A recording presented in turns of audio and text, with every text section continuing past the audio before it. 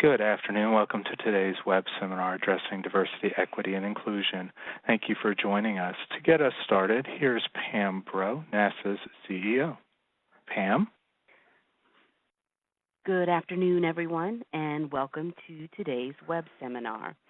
I couldn't be more delighted that you've decided to join us. We all know that America's diversity enriches and strengthens our nation. The arts certainly reflect that diversity, and the public sector arts play a unique and essential role to ensure that all Americans benefit from public investments in the arts and have opportunities to experience cultural expressions. State arts agencies in particular have always played a distinct role in exposing Americans to the diversity of cultures within their own communities, supporting the expression of those cultures and traditions, and encouraging understanding and appreciation. Now, as our nation's demographics are changing at an accelerated rate, many state arts agencies have responded by renewing and strengthening their commitments to diversity, equity, and inclusion. There are a multitude of related programs and strategies among state arts agencies, and today we are very fortunate to hear from three. Out west, the California Arts Council; in the Mid-Atlantic, the Pennsylvania Council on the Arts; and from the Midwest, the Wisconsin Arts Board. You'll find that although they are approaching their work in unique ways, all three are meaningfully engaged in addressing the needs of their communities. NASAA, too, is renewing and strengthening our commitment to diversity, equity, and inclusion. A draft value statement has already been shared with our members, and additional strategies to strengthen state arts agency diversity portfolios will unfold alongside our new strategic plan. So please stay tuned. Thank you, Pam. Again, I'm Eric Giles, and I'll be your host today along with my colleague, Paul Peach. As Pam mentioned at the top, we have presenters joining us from three state arts agencies. From the California Arts Council, we have Jason Jong. He'll be followed by the dynamic duo of Sharon Battles and Dana Payne. And last but not least, from the Wisconsin Arts Board, Karen Geschko. Afterwards, we're going to bring our NASAA's own Paul Peach on board to facilitate a discussion with our presenters. And finally, we'll have our traditional Q&A session with questions from you. So now to get things started, I'm going to turn things over to Jason. Jason, are you with us? Great. Hello. I am with us all. Good morning, everyone, and thank you, Eric and NASAA, for having me. As Eric has shared, I'm Jason Jong, Arts Program Specialist with the California Arts Council. I manage our Arts and Accessibility Partnership with the National Arts and Disabilities Center, our Veterans Initiative in the Arts Program, and our new Cultural Pathways Grant Program. And so it's my pleasure to share with you today a brief overview of our current strategies for advancing equity through specific funding strategies, as well as our internal and external practices. Next slide, please. So briefly, like your organizations, the California Arts Council is a state arts agency with a mission to advance California through the arts and creativity. As you may know, California is what is considered to be so-called majority-minority state, along with Hawaii, New Mexico, and Texas. And currently, we know that minorities comprise more than 60% of our state, and this trend is expected to increase. With racial and cultural equity coming to the fore in local, regional, and national discourse, we are certainly keenly aware of the challenge and opportunity to address issues of diversity, equity, and inclusion head-on. One strategic goal of the Council is to ensure our work is reflective of our diverse populations and is accessible to all. One of the primary ways that we support the cultural ecology of our state is through competitive grant programs for California nonprofit organizations and units of government. So always in an iterative process and learning from the field, we've made recent revisions to some of our grant programs in an effort to become increasingly equitable and accessible to all kinds of arts organizations, arts and cultural forums, and in all communities across our state's 58 counties. Next slide, please. So we are currently in a period of growth, having just 5 programs when I joined the agency 3 years ago, and now having 15 unique grant programs. We're currently in panel review season with multiple panels going on at any moment in time. Actually, right now as I'm speaking, other staff members are conducting panels for our other grant programs. So today I'll be focusing on 4 programs which indicate a strong movement towards accomplishing our mission and strategic goals. We expect to award over $15 million in grants based on recent application intake figures, and with the incredible demand that we're seeing, we're actually expecting to award between 1,200 and 1,500 grants in this current fiscal year. Next slide, please. So Artists Activating Communities supports sustained artistic residencies in community settings, and the projects are artist-driven and engage community members as active participants. While this program is not specifically focused on communities of color per se, the impact that we've seen points to increased diversification of this program's funding. The program goals are to support California-based artists, as well as see a thoughtful and engaged creative process that engages the community at all levels. So artist-driven projects foster shared understanding and a sense of community through participation in the arts. The image that you see is of one of the recent grantees, Eastside Arts Alliance, and again, we're really proud of the diversity within this artist-driven funding stream, which was not initially set out to impact diverse communities, but that's the impact that we're seeing. Next slide, please. The Local Impact Program just wrapped up its panels. We saw about 204 applications come in, so that panel lasted, it was actually split 3 panels over 9 days for this one program. The program fosters equity, access, and opportunity by providing project and partnership support for small arts organizations reaching underserved communities. And we leave the definition of the underservedness or the nature of how an organization defines their community up to them. So we leave the language open, and the onus is on the applicant to really share how they might be addressing needs in an inner city, a low-income, rural community, ethnic and cultural populations, as well as people with disabilities. So the aim for this program, again, is to foster equity, access, and opportunity. It's project and partnership support for small arts organizations serving arts to all populations that have traditional limited access to the arts. Next slide, please. So the statewide and regional networks program offers general operating support, and these are organizations that may have a statewide or regional impact, and again, not outwardly targeted towards communities of color.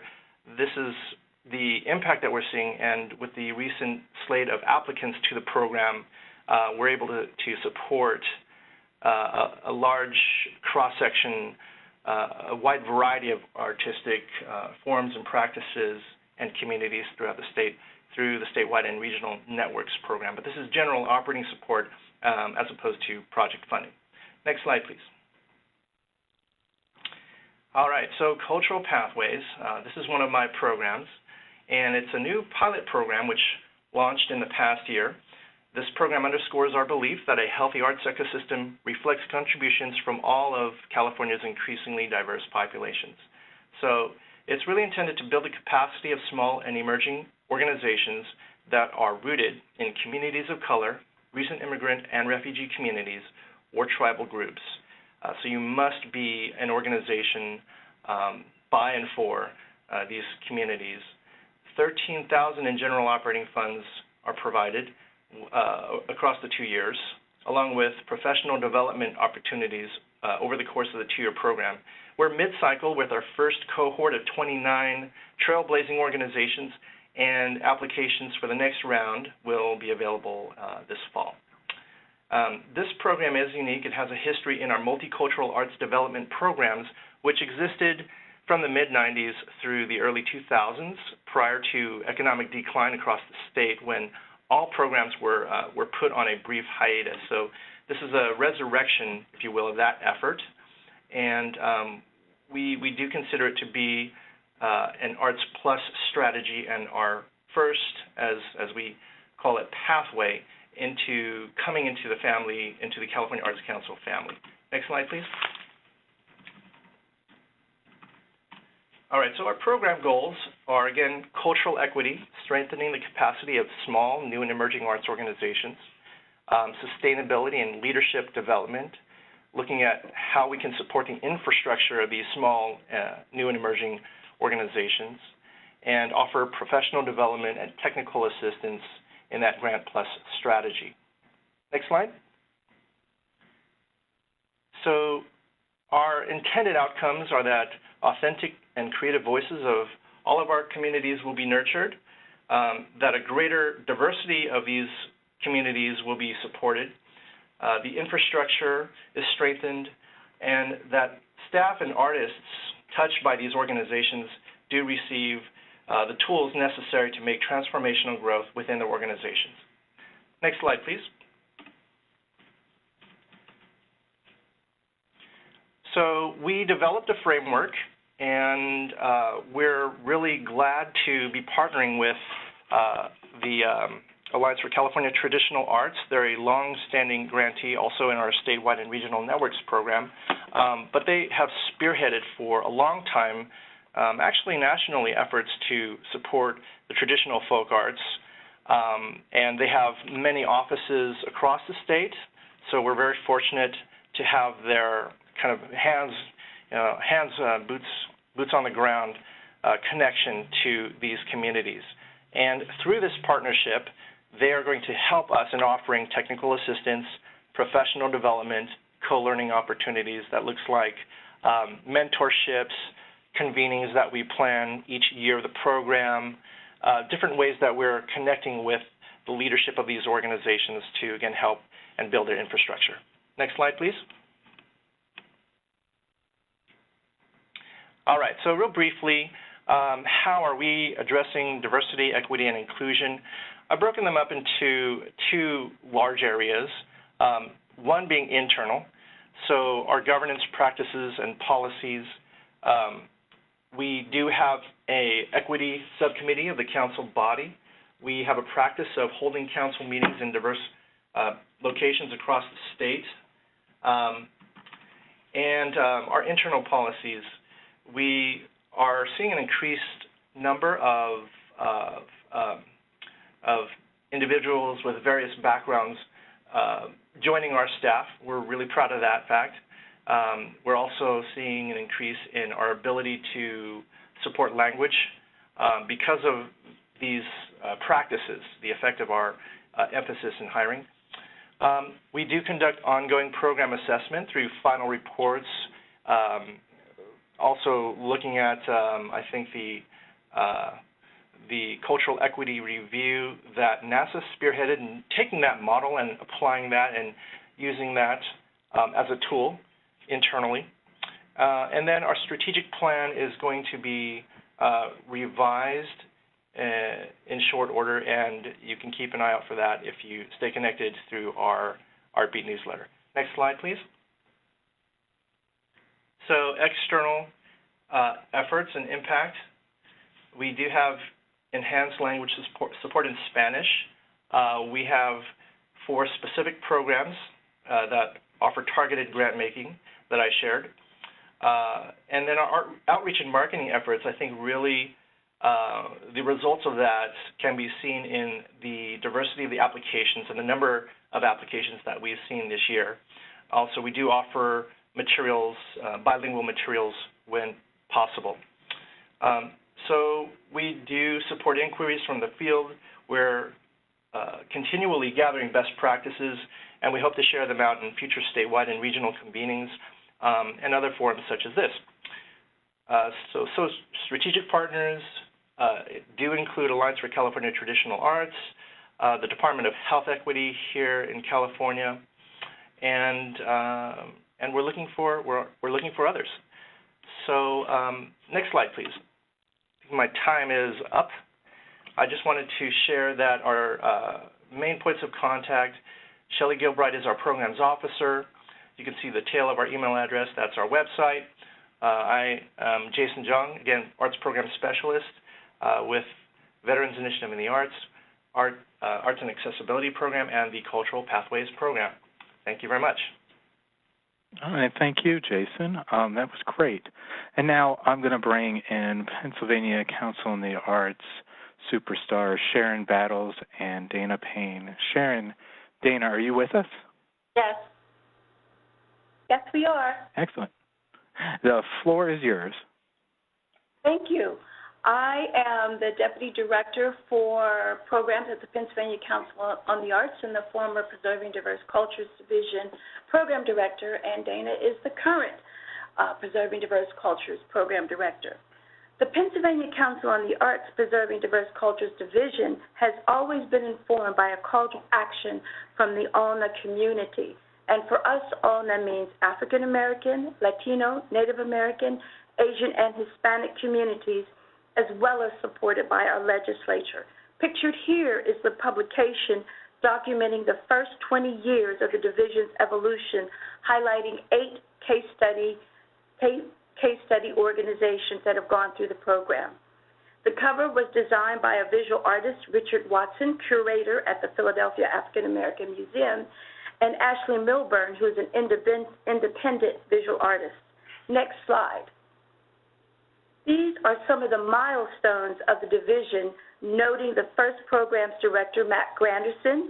Staff position was funded by a grant from the National Endowment for the Arts. Next slide, please. The first 10 years focused on organizational development, showcasing artists, ensembles, companies, and developing arts administrators in the ALNA organizations. The second decade focused on preserving, presenting, and promoting, becoming the basis of the core programs of the division. Every 10 years, the programs are evaluated by our staff and the field to address their needs from a holistic perspective. Next slide, please. This program evolved from the Fellowship in Arts Management Enterprise and expanded to develop a partnership with the Arts Extension Service, providing certification from an institution of higher learning that the intern had successfully completed a comprehensive study of arts management. The program's new name is Arts Management Internship. Graduates from both programs have gone on to found their own organizations, serve on state arts councils, and or consult in the field. And some examples of where they've gone are one of the council members and vice chair of the California Arts Council, Nashamare Lindo, is a graduate of the FAME program, and Sheila Dean Ross is the program officer at the Delaware Division of the Arts, who is pictured here second from the left. And as you can see, there are their certificates from the Arts Extension Service and University of Massachusetts Amherst Conference. Next slide, please. Examples of the Strategies for Success Development, Organizational Development Program are pictured here. The first level, those organizations are one step beyond a one-person idea, and hands-on, based in Lancaster, teaches youth how to make furniture, clothes, and wearable art from found objects such as cardboard, and you can see their evolution of the products that they made. This was one of the challenges that the organization had focused on in their development of how to become a relevant organization within the community. The second level, intermediate level, really focuses on capacity building. And here is the Mexican Cultural Center, and the Mexican Cultural Center presents local artists and international artists from Mexico. Next slide, please. The advanced level, those organizations are arts organizations that have the option to choose if they want programmatic, staff, or planning support, or a combination of the three. Albustan Seeds of Culture began as an organization providing arts education programs to the youth from Arab families living in Philadelphia in a summer art camp, and now have expanded to arts education, arts in education school programs, and a performing orchestra and choir. Next slide, please. The Challenge program was designed as a partner program to the Strategies for Success advanced level.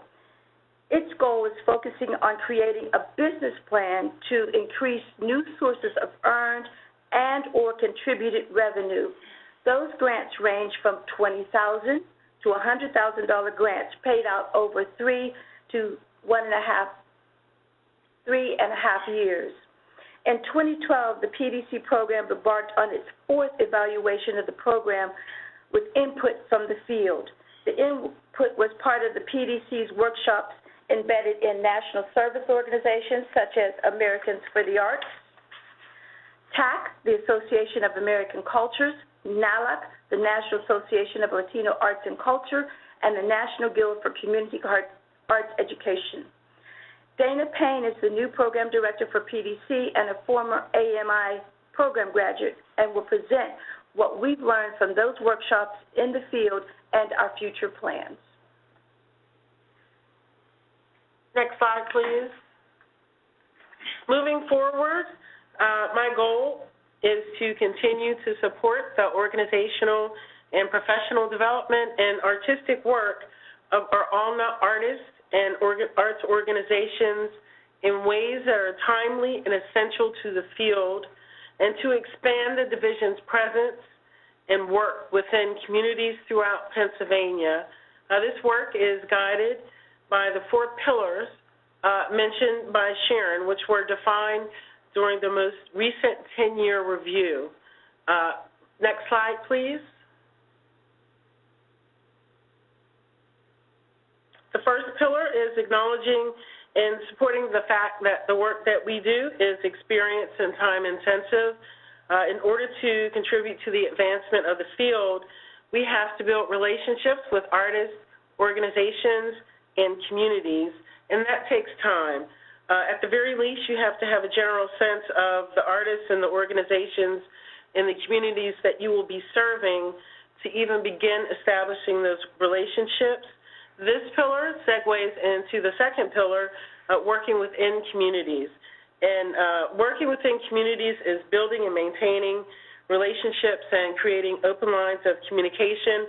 And it's accomplished over the course of continuous formal and informal site visits. During the last 8 months, I've made 11 site visits to large and small ALNA communities, and the benefits that I've experienced is that these artists and these organizations have felt no problem with reaching out to me. Sometimes it could be difficult when you're used to being able to call Sharon all the time. And she's been here for 27 years, but I've already begun to create these relationships where these artists and organizations will call and talk to me about grant problems, programming, organizational issues, and they'll let me know what's going on in the community. And that's helpful to me because it helps inform short-term and long-term programming plans. The third pillar is to examine outdated organizational models and funder relations internally and externally, and participate in conversation within the field to determine ways in which we can create models and provide a more immediate response to community issues. But we look at our organizations as being institutes, meaning instantly tuting what's happening in the community, as opposed to an institute. One response that the PCA has had to issues that have occurred in the community has been an increase in the funding levels in the Strategies for Success program that Sharon briefly discussed. The basic level has increased to $7,000. Our immediate level funding has increased to $12,500. and the advanced level funding has increased to $20,000. And the fourth pillar is unhitching funding from development or technical assistance requirements, which means support the artistic program, the artistic programming. Our community-based engagement project grant supports the presentation of arts programming in community-based settings without the requirements or restrictions of some of the other programs that we have. The applicant does not need to be an organization. It can be a group of individuals, businesses, artists who come together as a community to create and present artistic program within their defined community. Next slide, please. And I'd like to mention the photos that you're seeing on these, the previous page and this page, represent some of the organizations that I've had the opportunity to visit and spend some time with over the past 8 months. And one thing that I've noticed, well, actually two things that I've noticed during my visits is that there is lack of access to technology in terms of software and hardware, and then there's sort of a lack of knowledge with some organizations so far as online platforms that funders are increasingly requiring right now, as well as platforms that individual organizations and artists use to initiate their own fundraising goals. And another barrier that I've noticed is not a lot of the Alana organizations have the means to participate and attend the national and regional conferences, and I think that the benefits of them being able to travel and spend time at these 3- and 4-day convenings would really help inspire and inform their work back in their own communities. Next slide, please. So my last slide, this is a poem written by a fellow arts management intern graduate, and as we're getting ready to transition from Sharon being here at the agency and with us in the field for 27 years to me taking over, I just felt that it was sort of represents where we've been and where we're on our way to now. Thank you.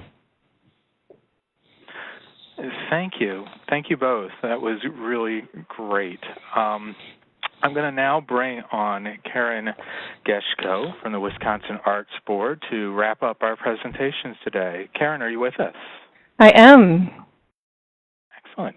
The floor is yours. All right. So first of all, a very big thank you to Eric Giles, without whom we would have virtually nothing to look at for this segment of the webinar. Eric asked me to focus my part on how the Wisconsin Arts Board gets at diversity, equity, and inclusion issues through our Arts Challenge Initiative program. I'll talk about where the program came from, how it's changed, and the results from it that I'm seeing today, which are mixed.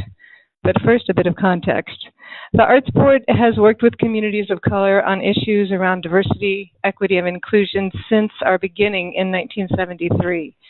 In the early years, the greatest and deepest work was done through our Folk and Traditional Arts program.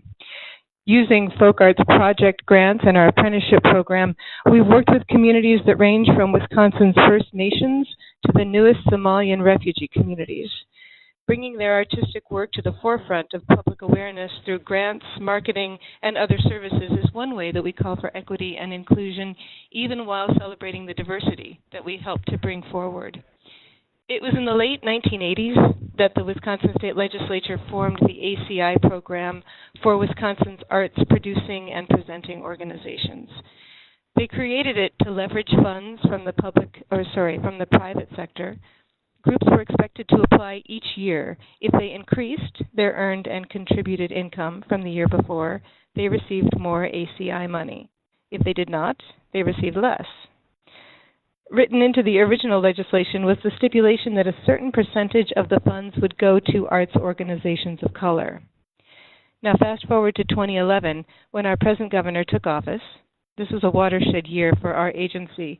The Arts Board was moved from an independent state agency to an entity within the Department of Tourism. We went from 10 to 4 staff. We took a 70% budget cut and had to make some tough decisions about what to do with the resources that we had. The 15-member board, with staff input definitely, suspended the main portion of the statutory but now unfunded ACI program, but kept the portion of ACI that was dedicated to assisting Wisconsin's minority-run, quote-unquote, arts groups, with a few changes. At that time, 5 organizations were eligible to receive ACI funds, all based in Milwaukee, which is our largest city. To be eligible for ACI, as you'll see in the guidelines, should you choose to open them, in addition to fulfilling general eligibility requirements, groups may apply to this program only if their organization has substantial policy, management, and artistic control by members of the African American, Hispanic American, Native American, or Asian American communities. This means that the majority of the artists, the board, and administrative staff of the applicant are of the community of color on which the organization is focusing its primary mission and service. So in December of 2011, our executive director, George Tsugros, and I met with 3 of the 4 African American arts groups that received ACI funds. Those were Kothi Dance Company, the African American Children's Theater, and Tessa's Black Entertainment for Youth Company, TBAY. These 3 were and are funder-driven organizations. We needed them, obviously, to help us shape a new ACI program that was relevant to their current needs. The notes from that meeting are also attached, or when I say attached, I guess Eric will be sending them out maybe afterwards. And they probably don't contain any surprises for those of you who work deeply with organizations of color in your own states. The issues are serious ones. 2 events came from that meeting. The first was that we changed the nature of the ACI grant to be a capacity building grant, losing the previous concept that it's better to grow bigger rather than deeper. We would support whatever they identified as needing to sustain their work within the community and build their organizational capacity using the broad categories of artistic fees, human resources, staff salaries, and a whole bunch of bullets that will come up eventually on another slide that you will see. So very focused on those kinds of capacity building pieces, and they get to identify what they need most from year to year. The second event that came from that meeting was related to their request for access to Milwaukee's community leaders and funders in order to make their case for the relevance of their work directly, cutting through rumor and past history. As it turns out, this was even more significant in the long run than the ACI grant program changes that we made. So upon receiving our notes from that meeting, our board, led strategically by our chair, the then Lieutenant Governor, determined to act on the group's request that we invite Milwaukee's community leaders to a meeting. We did require the groups, staff, and board to do an in-depth self-assessment prior to issuing that invitation. We wanted current and consistent information from all 4 groups to use as the basis of our invitation. So the tool we asked them to use was the Max CI assessment tool. It's an online, confidential self-assessment for nonprofits that utilizes comparative scoring to measure organizational status quo and growth potential. I love this tool, and information about it is part of the reference materials also that Eric will send out. Thank you, Eric.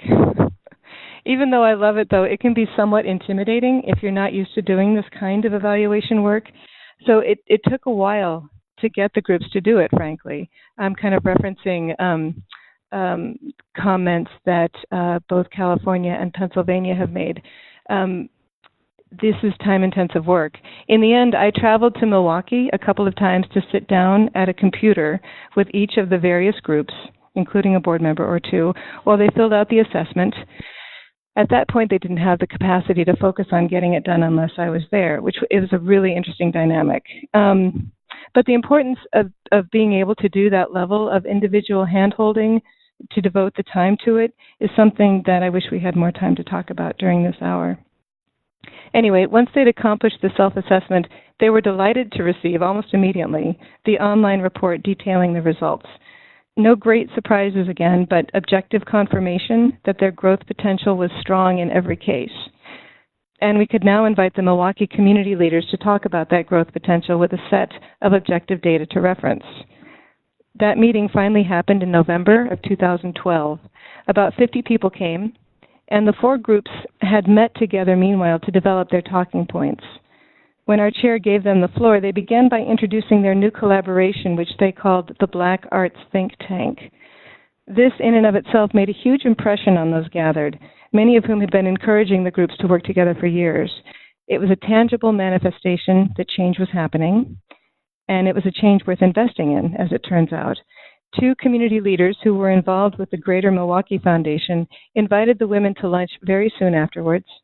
During that lunch, the basis for a new organization was created, one that would provide back office support, marketing, payroll, fundraising, other administrative work, so that the 4 women could focus solely on being artistic directors for the 4 organizations.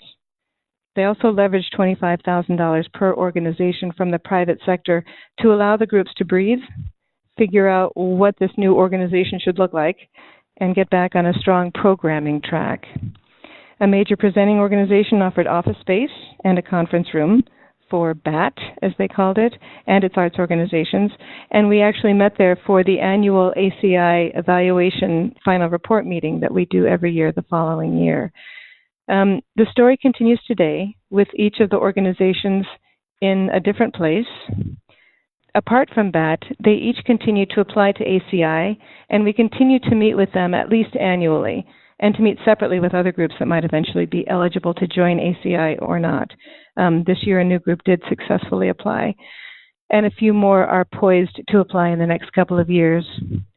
We've moved to doing a video interview for the ACI final report, supplemented by a basic budget-oriented report form that they sign, and we found that this new format really yields much richer information. In other more internal equity and inclusion work, I'll say that our board determined last year, as we watched the number of people of color on our board dwindle, to forward only the names of people of color to the governor's office for consideration for board appointment. Currently, we have 2 women of the Oneida Nation on our board, and that's it for racial diversity. They're great, and they're lonely. One has indicated that she's ready to resign after many years on the board if she knows that a person of color will be appointed in her place. So, bottom line, we're seriously invested in this work. We find it difficult, with 4 of us at our agency, to stay on top of it, to ensure that we're maximizing the investment that they're getting, the greatest long-term benefit from the grant funds and the technical assistance. Really glad to be part of this conversation so I can learn about how to do this better too. Thanks for the invitation. Thank you so much, Karen. We are going to move into our moderated discussion now, so I am bringing everyone back, as well as Paul Peach, our research manager here at NASAA, who's going to lead that discussion. Is everyone back with us? Yes. All right, Paul, it is on to you. Well, thank you, Eric, and thank you as well to Jason, Sharon, Dana, and Karen. Those were great presentations, and it is great to hear what you guys are doing in the States. And that kicks off our first question, which is how are you going about assessing the impact of your efforts to foster diversity, inclusion, and equity? And I'll turn to you first, Jason. What are you guys doing in California to assess your work? Well, these are ongoing efforts. As I had mentioned, we are evaluating final reports from the past year, and we're actually transitioning to a new grant platform that we hope to enable us to better gather data in the future. We're also analyzing responses from our panelist calls, and through those efforts, we've seen that is that we have an increased diversification of individuals representing communities of color on our panels, sitting on our panels themselves. So at various touch points, and this is, again, an iterative process, but we are looking at tech ways that we can analyze information. We utilize the Data Arts platform, and that is also something that we are hoping will, in their new revisions of their platform, that's another path that we hope to better analyze the demographics and the impact of our efforts. Great. Thank you, Jason. And I'll turn to you now in Pennsylvania, Sharon and Dana. What are you doing to assess, evaluate your efforts? We have been working with consultants. We are now addressing with our council. Our council has a Preserving Diverse Cultures Division committee that is really focusing on the growth and the impact that our operating support grants have had in the organizations that have come through the PDC program. PDC is a tenure-based program. You're only in it for a number of years, and then you transition to one of our operating support programs, either organizational, AOAP program, or the program stream, Pennsylvania Partners in the Arts program. And we are looking at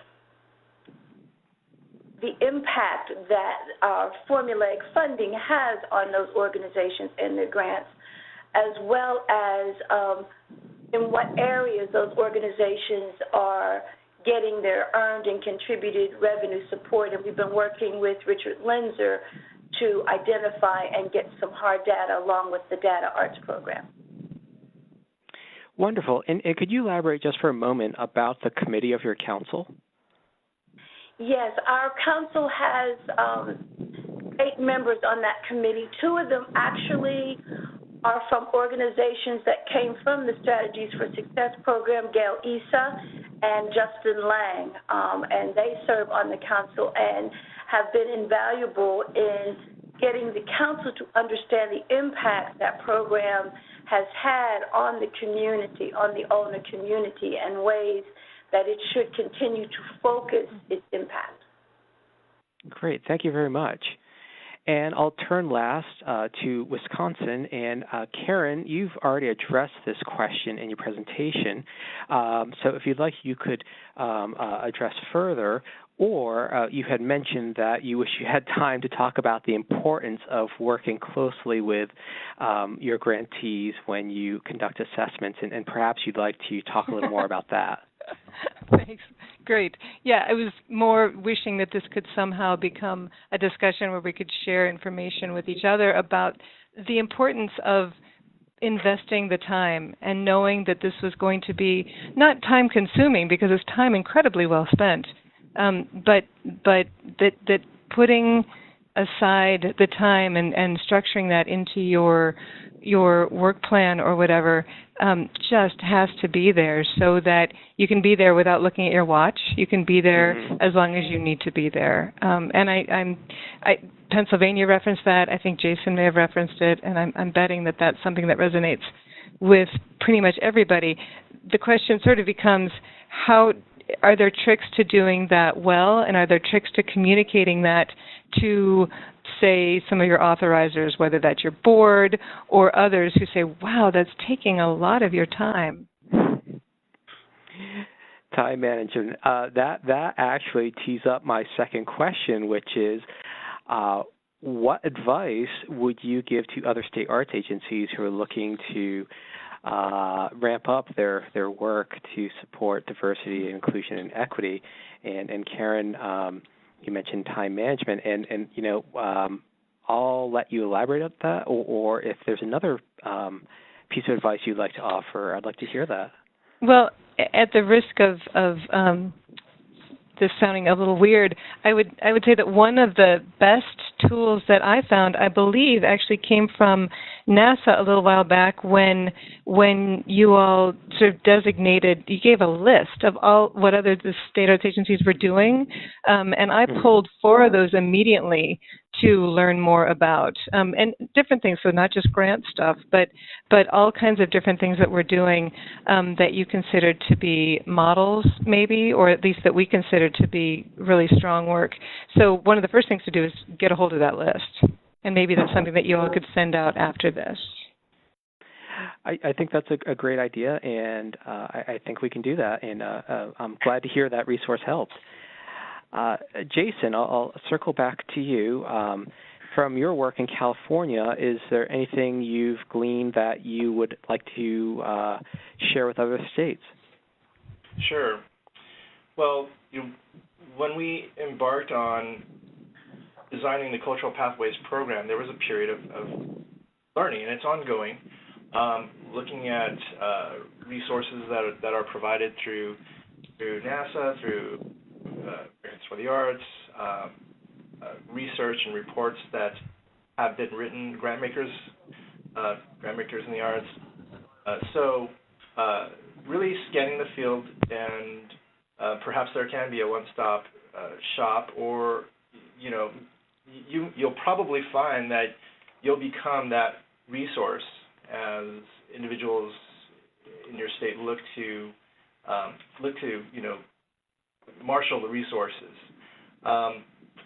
We are a little different in California. We realize that our political climate is perhaps more supportive of these efforts than in other parts of the country.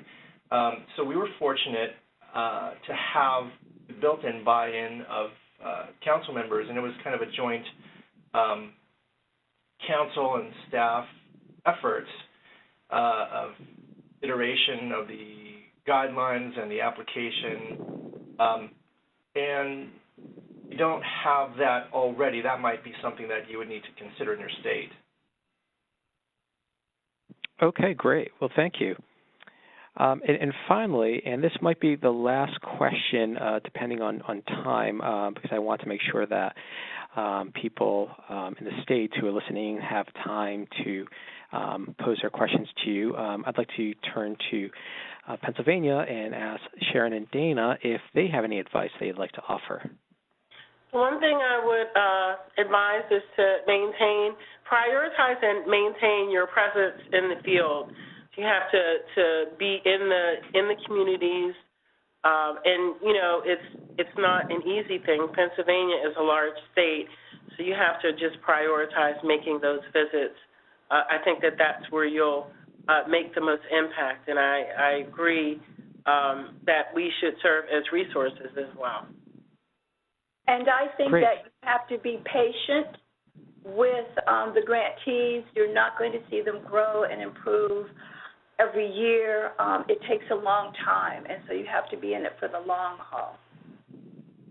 There is one thing that I would like to add, and that is that I just wanted to thank the co-presenters today and really share the viewpoint that there's no one complete or accurate answer. There's no one size fits all, and part of the process for us has been of discovery and listening to the field, and just being aware of what their needs. And again, as we would not ask our applicants, we wouldn't want to be in a position of programming for them without them at the table. So that's just part of it. Big for us. Great. Thank you, Jason, and thank you as well to Karen, Sharon, and Dana. Unfortunately, I have to pull off now. I'd like to talk more, but I want to open up the lines to questions from the audience. So thank you again, and I'll turn it back to Eric. Thank you, Paul, and thank you all. And this has been such a great conversation already. Unfortunately, we are running a little tight on time, so I want to kind of get right into some of the chat questions that have come through.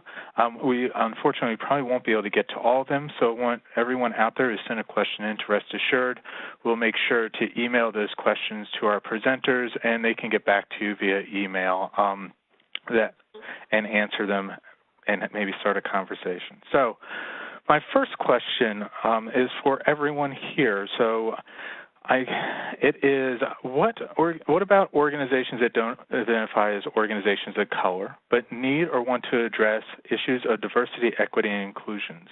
How are you assisting those organizations? And I think I'm going to start with Karen on that one.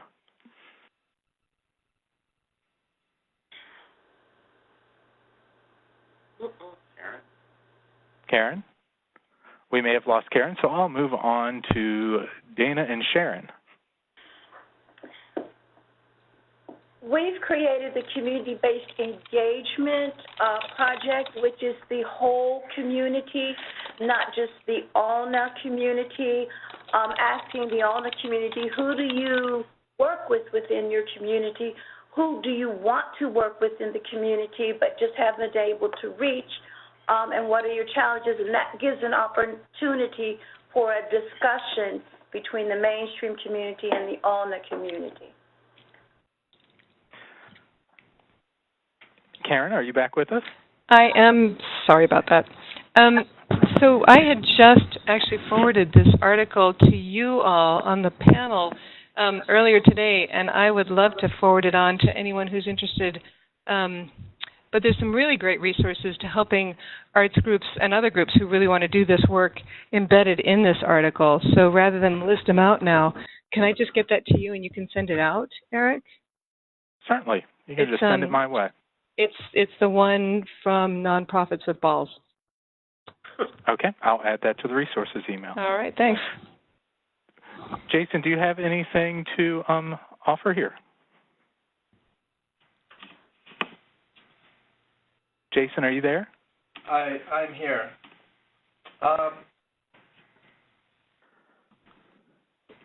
So part of the way that we ask the question in our applications can help us get at what we are hoping to see in the field. We don't currently have a tool that would specifically support organizations that are trying to reach communities outside of their own makeup. But there is some guidance in the way that we ask the questions and the information that we share through our webinars. I think that it is something that we are interested in developing, but where we're at now, I think our focus has been on with the expansion of programs and everything, I think our focus has been on how can we dig deep and support these communities directly. Great. And Jason, I'm going to stay with you to start off this second question I have, which is, did your agency divert any money from other programs to support your DEI initiatives? And if so, how did you message that, and how was it received by your core arts agencies? I can't speak to any reallocation. I know that we've experienced a growth and a one-time growth in additional monies that we hope to see reoccur. As far as I know, that really hasn't come up as an issue. I certainly haven't heard that as being a concern. I think that we can point to the expansion of all our programs and the diverse communities that are supported throughout all of our programs. So it's not an either and, it's not an either or, but it's an and situation that we with cultural pathways. It's specifically targeted to these communities, but there's nothing that you know, in the future, you wouldn't be able to apply for funding in another grant program. Excellent. Yeah. Karen, Dana, Sharon, do any of you have anything related to this question?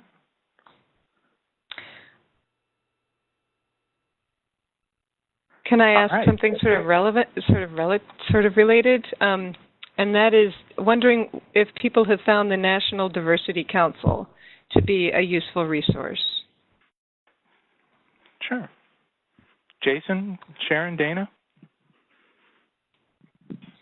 We've worked with a number of the national service organizations to help the council understand what the needs are of the organizations. And I think by expanding, because we've seen a growth of about 200 plus organizations in Pennsylvania, that the added organizations and possible partnerships that the mainstream organizations are experiencing now, as well as additional artists, have kind of helped those organizations to show their expansion into the communities and to justify some of their budgets. So we really haven't seen a lot of that. The organizations really have been looking at expanding their communities and who they serve and really trying to partner and collaborate with the diverse communities. Great. Great, thanks. Jason? No, we have not worked directly with them. They have an upcoming conference, I believe, conferences throughout our state, but we haven't worked with them in any institutional way. Okay, great. Perfect. Unfortunately, that looks like it's all the time we have today, so I want to thank you all for joining us. And I want to thank Paul, Jason, Karen, and Dana. Now, Sharon, I have a special thanks for you from all of us here at NASAA. You've been a member of the State Arts Agency family for 27 years now, and we want you to know how much we appreciate everything you've done in your years of service with the Pennsylvania Council on the Arts. And I also want you to know how honored we are that you agreed to make one of your final acts there presenting on this web seminar. So from us here, thank you one more time just for everything you've done, and good luck as you move on, and hope you enjoy your retirement as much as we've enjoyed working with you. Oh, thank you so much. It has always been our pleasure. And now I'm going to wrap this up. So just before you go.